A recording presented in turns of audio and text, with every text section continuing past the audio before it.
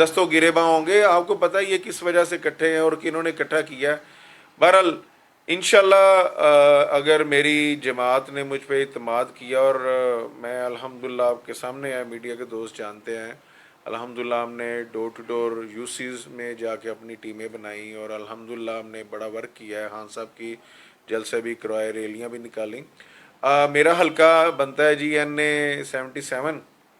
اگر پارٹی نے مجھے ذمہ داری دی، ٹکٹ دی، تو ضرور انشاءاللہ الیکشن لڑیں گے. ڈاکٹر صاحب آپ کی کوشچن یہ ہے کہ عمران خان صاحب کی جو ویڈیو لیکس ہو گئی ان کے بارے میں آپ کیا؟ دیکھیں آپ کو پتہ ہے کہ وہ ایک پاکستان میں جو ویڈیو لیکس کرنے والے ہیں ان کے بھی کہیں جگہ پہ ویڈیو لیکس ہیں، اور میں سمجھتا ہوں کہ وہ ان ویڈیو کے معاملے میں نہ پڑیں، ورنہ بہت ساری باتیں بہت آگے چلی جائیں گی. اور خان صاحب کی اگر انہوں نے کچھ وہ جوڑ کے بنائی ہے، اس میں مجھے نہیں پتا وہ کتنی پرسنٹ صداقت ہے یا غلط ہے یا سچی ہے. دیکھیں اگر کسی کی کوئی گفتگو ہے بھی پرائیویٹ، تو کیا ہمارا قانون اجازت دیتا ہے، کیا اخلاقیات اجازت دیتی ہیں، کیا مہذب معاشروں میں ایسے ہوتا ہے؟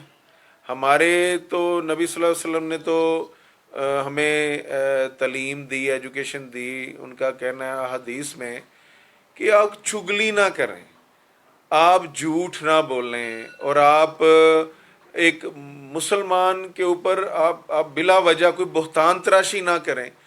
تو یہ تو میں سمجھتا ہوں، یہ مجھے نہیں پتا کہ یہ اسٹیبلشمنٹ کروا رہی ہے یا گورنمنٹ کروا رہی ہے. جو بھی کروا رہا ہے، میں سمجھتا ہوں کہ ان کی کہیں نہ کہیں کوئی اس طرح کی ویڈیو لیکس ہوئی ہیں تو وہ یہ کام کر رہے ہیں. ڈاکٹر صاحب آپ نے بالکل ٹھیک کہا، مہذب معاشرہ ہمارا اس بات کی اجازت نہیں دیتا جو ویڈیو میں جو ہو رہا ہے. مجھے یہ بتائیے گا کہ N77 کی آپ کو ٹکٹ ملنے کی امید ہے یا آپ کوشش کریں گے، یا کوئی ایسی امید پارٹی کی طرف سے آپ کو لگائی گئی ہے؟